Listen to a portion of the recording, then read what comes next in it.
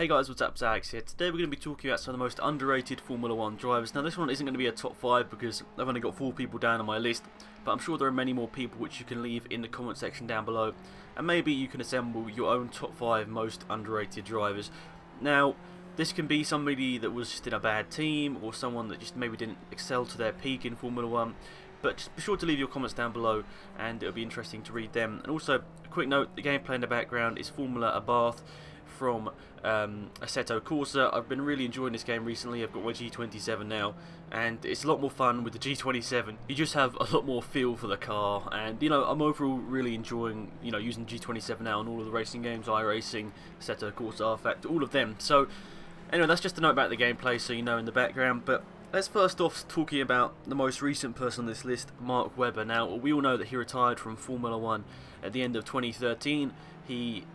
Most of his career was known as a very, very fast qualifying driver, and I think, to be perfectly honest, he was just really unlucky to be matched up against Sebastian Vettel. As we know, one of the best one-lap specialists in the world. He can bring out the best in a car for one lap, probably better than anyone else on the grid, maybe except Lewis Hamilton. I think Lewis Hamilton and Sebastian Vettel, that if they were in the same car for qualifying, I think that would be extremely fun to see which one of those was fastest. But yeah, Mark Webber, he was always up against some really tough teammates. Red Bull, he was up against Coulthard and also Vettel, obviously. And then, Minardi, I don't think he was up against, Minardi and Jaguar, I should say. He wasn't up against the toughest of competition, but once he got the Red Bull seat, he was always up against a really fast driver. We know Coulthard, when he went to Red Bull, he was towards the end of his career, but he was still fast. Coulthard versus Webber was always quite a good battle. I think Webber generally got the better of Coulthard, so that's a pretty good thing. Coulthard obviously had fought for a couple of championships himself against Schumacher, so we all knew that Coulthard was a very good driver.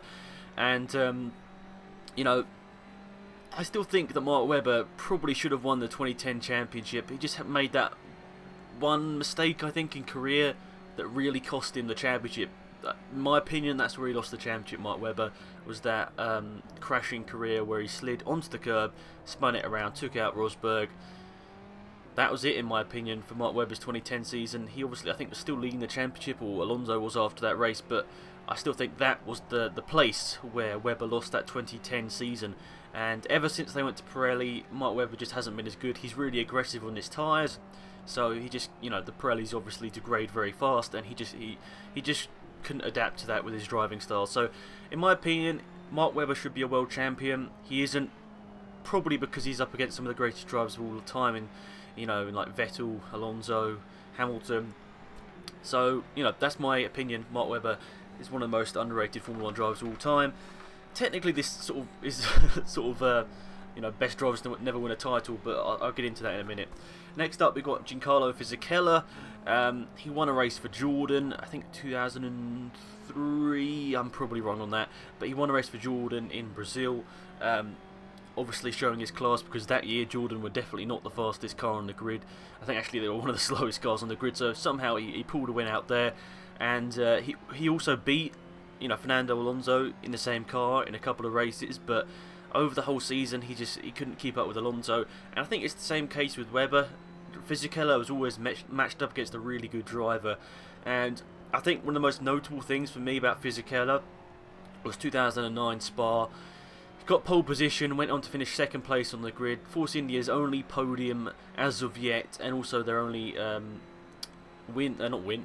only pole position as of yet.